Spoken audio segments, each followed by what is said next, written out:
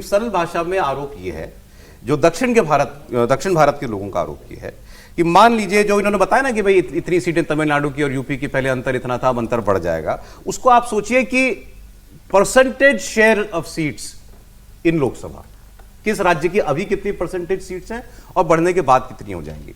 तो इसी अनुपात में अगर बढ़ाया जाए, 1.5 गुना कर दिया जाए, यूपी का 80 का 120 कर दिया जाए, वहां 39 का 59 कर दिया जाए, तो साउथ का जो प्रोपोर्शनल शेयर था 543 सीट्स में, वो था 24.3%। और अगर आप इस नई पॉलिसी पर जाएंगे, या इस जो आप कह रहे हैं कि हमने भाई 1.5 गुना यहां किया, तुम्हारा भी 1.5 गुना कर दिया, उस लिहाज से दक्षिण भारत का शेयर हो जाएगा 20.7%। ओवरऑल लोकसभा की सीट में जो मेजॉरिटी मार्क है, उसको उस वहां पर उत्तर भारत का जो है शेयर है वो बढ़ जाएगा, आसान हो जाएगा। अगर उत्तर भारत में कोई पार्टी बेहतर करती है तो उसको मेजॉरिटी मार्क पे आ जाना। सरल भाषा में ये वो आरोप लगा रहे हैं। अब हाँ, एक इस पे सरल भाषा में, उत्तर भारत का कहां चुनाव होता है? नहीं, आप में से कोई, आप सब लोग विद्वान व्यक्ति हैं, मैं लगातार देख रहा हूं, मैं तो समझ नहीं पाता हूं कैसे विमर्श खड़ा कर दिया जाता है। उत्तर भारत कौन सी जगह है जहां चुनाव होता है, जहां की सीटें? आप भी समझ गए, उनका कहना है बीजेपी जहां स्ट्रांग है। नहीं भाई, हम नॉर्थ में स्ट्रांग है। अभी हम बिहार से यहां पहुंचे हैं जहां पहली बार भाजपा का मुख्यमंत्री बना है। अब ये उनका आरोप है, अब ये उनका आरोप है भाई, हमारा अगर शेयर इतना था इस पार्लियामेंट में, तो अगली पार्लियामेंट में भी सीटें बढ़ने के बाद भी इतना ही शेयर। और जो डिलिमिटेशन की बात है, डिलिमिटेशन पर सरकार का एक कहना, अच्छा ये आरोप कि भाई बताया नहीं कितनी आप सीटें बढ़ाने जा रहे हो, बिल में कहीं नहीं है, तो सरकार के सोर्सेज ये कहना है कि वो हम बता भी नहीं सकते, क्योंकि ये काम डिलिमिटेशन कमीशन का है। कितनी सीटें बढ़ेंगी ये वही तय करेगा। और जहां तक मेरी जानकारी है, डिलिमिटेशन कमीशन के फैसले को तो चैलेंज भी नहीं किया जा सकता। हाँ, कहीं कोर्ट में चैलेंज नहीं किया जा सकता। बिल्कुल, इस आरोप में कितना दम है जो लग रहा है? नहीं, मुझे लगता है विपक्ष ये लगाएगा। और जिस तरीके से रेवंत रेड्डी ने अभी स्टैलिन को पत्र लिखा है, उन्होंने तमिलनाडु के मुख्यमंत्री को पत्र लिखा है और कह रहे हैं कि दक्षिण को इकट्ठा आना चाहिए इसके खिलाफ, तो मुझे लग रहा है कि कहीं ना कहीं कांग्रेस इसे उत्तर बनाम दक्षिण की एक लड़ाई के रूप में लेके जाना चाहती है और बताना चाहती है कि भाई दक्षिण के साथ बहुत ज़्यादा अन्याय होगा। मुझे लगता है वो दक्षिण के लोगों को एक भड़काने का काम इस मामले में कर रही है।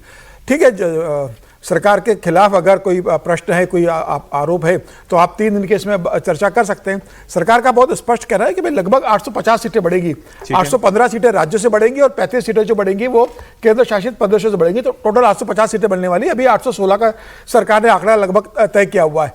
तो मुझे लग रहा है कि उसके अंदर फिर आप यह कह देना कि दक्षिण के साथ भेदभाव होगा, फिर देश का नक्शा बदल सकता है। सोनिया गांधी का यह कह देना कि भाई कोटे के अंदर कोटा लेकर आओ, नहीं लेकर आओगे तो ओबीसी के साथ आप अन्याय करोगे, तो आप ओबीसी को भी भड़काने का काम कर रहे हो पूरे देश के अंदर, और दूसरी तरफ आप दक्षिण के लोगों को भी अलग करने का काम कर रहे हो।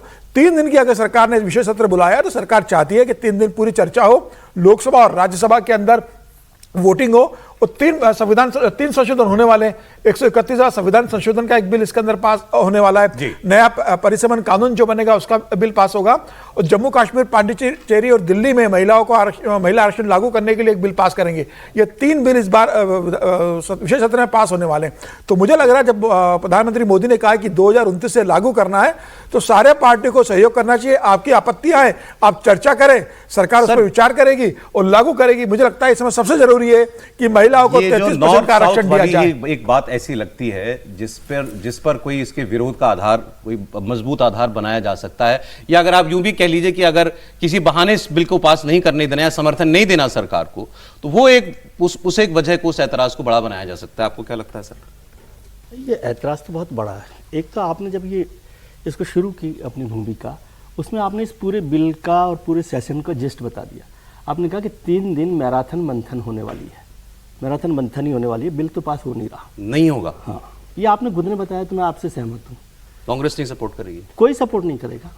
मतलब जितने दल जो नॉन बीजेपी दल हैं, चाहे वो डीएमके हो, लेफ्ट हो और पार्टीज हो, ठीक है।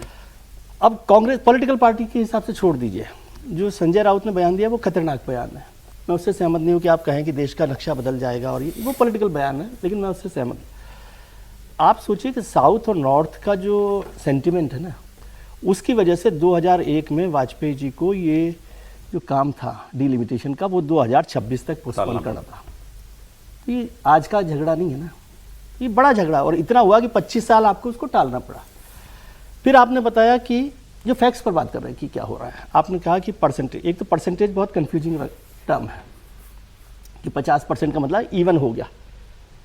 आपको 100 रुपये मिलते हैं, मेरे को तनख्वाह 100 रुपये मिलती है रोजाना की, तो मेरी 150 रुपये हो गई। और आपको 1000 रुपये मिल रही थी तो वो 1500 रुपये हो गई। तो उसमें जब डिफरेंस होगा वो तो बहुत बड़ा हो जाएगा ना, भले ही 50% करो, एग्जैक्ट डिफरेंस बढ़ जाएगा। एग्जैक्ट डिफरेंस बढ़ जाएगा। दूसरा, आपने उसको परसेंटेज के हिसाब से भी बताया, तो जो 24.7% था वो 20.5% पर आ गया, तो 5% तो वहीं कम हो गया है। तो जो साउथ के स्टेट अगेन सर मैं एक इसमें वो लगा दूं, मैं कैविएट लगा दूं, क्योंकि फिर कोई ये ना आरोप लगे कि भाई इसमें गलत बयानी हो गई। सरकार ने कहीं अभी तक नहीं बताया है कि हम कितना बढ़ाएंगे सीटों को। ठीक है, वो ये कह रहे हैं कि 850 सीटें आउटर लिमिट है, जो अंदाजन हम लगा रहे हैं, अंदाजे उस पे पर बात कर रहे है, हैं, ये सरकार की हुआ तरफ से नहीं। कोई इन्फॉर्मेशन नहीं है। और सरकार जब ये बिल ला रही है तो उसमें स्पष्ट करना चाहिए, तभी तो वो संतुष्ट होंगे ना। सरकार संतुष्ट कर सकती है कि भाई देखिए आपके भी इतना बिल एमपीज बन रहे हैं, इतनी सीटें बढ़ रही हैं, उत्तर की भी बढ़ रही हैं, दक्षिण की भी बढ़ रही हैं, पूर्व की बढ़ रही है। तो बिल, ये बहुत बड़ा परिवर्तन है पॉलिटिकल मैप का। पॉलिटिकल मैप का मतलब पार्लियामेंट्री मैप का एक ये भी बड़ा ऐतिहासिक बदलाव है। ये बहुत, इसको इतना जल्दी मत करिए कि ये जल्दी होने वाली बात।